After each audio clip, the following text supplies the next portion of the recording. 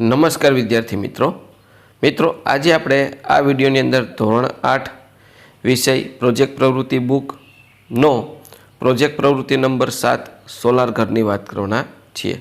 તો મિત્રો આ રીતનું આપણા પ્રોજેક્ટનું સંપૂર્ણ સોલ્યુશન છે પ્રોજેક્ટ નંબર 7નું। મિત્રો આવા જ સોલ્યુશન મેળવવા માટે આપણી ચેનલને સબસ્ક્રાઈબ કરો અને આ વિડીયો તમારા મિત્રો સાથે શેર કરો। બીજું કે મિત્રો આપણી યુટ્યુબ ચેનલ પર ધોરણ 7ના સ્વાધ્યાયન પોથીના દરેક વિષયના સોલ્યુશન તેમજ પ્રોજેક્ટ પ્રવૃત્તિ બુકના દરેક પ્રોજેક્ટના સોલ્યુશન મૂકેલા છે, જે તમને આપણી યુટ્યુબ ચેનલના પ્લેલિસ્ટમાંથી મળી જશે। તો મિત્રો શરૂ કરીએ ધોરણ 8 વિષય પ્રોજેક્ટ પ્રવૃત્તિ બુક પ્રોજેક્ટ પ્રવૃત્તિ નંબર 7 સોલાર ઘર। તમારા ઘરમાં વીજળીથી વિવિધ ઉપકરણો ચાલતા હશે। તમે સૌર ઉર્જાથી પરિચિત હશો। તમારા ગામ ફળિયામાં કેટલાક ઘરે સોલાર પેનલ લગાવેલ છે, તે પૈકી કોઈ એક ઘરની મુલાકાત લો। સૌર ઉર્જાના ફાયદા, તેની નિભાવણી, ફિટિંગ ખર્ચ, લાઇટ બિલની બચત જેવી અનેક બાબતો ચર્ચા કરી નોંધ કરો। શાળામાં આ પ્રકારની સામગ્રી ઉપલબ્ધ હોય તો મિત્રો સાથે રહી સૌર ઉર્જા સંચાલિત મોડલ તૈયાર કરો અને મોડલની રીત ટૂંકમાં વર્ણવો।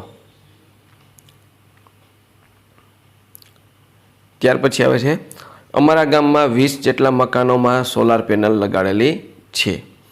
સૌર ઉર્જાના ફાયદા, સૌર ઉર્જાના ઉપયોગથી પ્રદૂષણ ઘટે છે।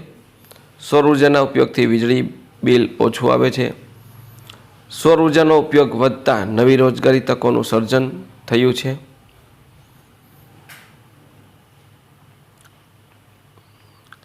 ત્યાર પછી આવે છે નિભાવણી। સોલાર પેનલ પર ધૂળ કે અન્ય કચરો જમા ન થાય તે માટે નિયમિત સફાઈ કરવી જોઈએ। પાણીના ફુવારા અથવા સોફ્ટ બ્રશનો ઉપયોગ કરી પેનલ્સને સાફ કરવી જોઈએ। દર વર્ષે એકવાર સોલાર ઇન્સ્ટોલેશન દ્વારા તમારી સિસ્ટમનું નિરીક્ષણ કરાવવું જોઈએ। ત્યાર પછી છે ફિટિંગ ખર્ચ। તો ફિટિંગ ખર્ચમાં 5 કિલોવોલ્ટની સોલાર પેનલ છે, અંદાજિત ફિટિંગ ખર્ચ નીચે મુજબ છે।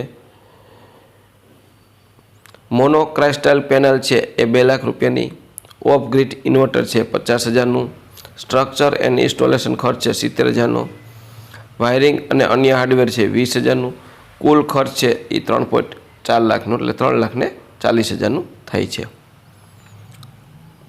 ત્યાર પછી લાઇટ બિલની બચત જોઈએ। ધારો કે આપણું માસિક લાઇટ બિલ છે 1200 રૂપિયા છે। સોલાર પેનલ દ્વારા જરૂરિયાતની 70% વીજળી ઉત્પન્ન થાય છે। એનો અર્થ એ કે દર મહિને 360 એટલે 1200 ગુણ્યા 0.7 ગ્રીડમાંથી ખરીદવાની જરૂર પડશે। આ રીતે દર મહિને 840 રૂપિયાની તમે વીજળી બચાવી શકશો। સૌર ઉર્જા મોડલ બનાવવાની રીત, સાધનો, solar panel, rechargeable battery, charge controller, inverter, wire અને કનેક્ટર, એલઈડી લાઇટ બનાવવાની રીત। સૌ પ્રથમ સોલાર પેનલને ચાર્જ કંટ્રોલ સાથે જોડો। ચાર્જ કંટ્રોલને બેટરી સાથે જોડો જેથી બેટરી ચાર્જ થઈ શકે। બેટરીના ઇન્વર્ટર સાથે કનેક્ટર કરો। એલઈડી લાઇટને ઇન્વર્ટર સાથે કનેક્ટ કરો। ત્યારબાદ પેનલને સૂર્યપ્રકાશમાં ચાર્જ થવા દો। બેટરી ચાર્જ થયા પછી એલઈડી લાઇટ શરૂ કરી તપાસો કે બરાબર ચાલે છે કે કેમ। આવી રીતે આપણે સૌર ઉર્જા સંચાલિત મોડેલ બનાવી શકીએ છીએ। તો મિત્રો આ તો આપણું ધોરણ 8 પ્રોજેક્ટ પ્રવૃત્તિ બુકનો પ્રોજેક્ટ નંબર 7નું સંપૂર્ણ સોલ્યુશન જોયું।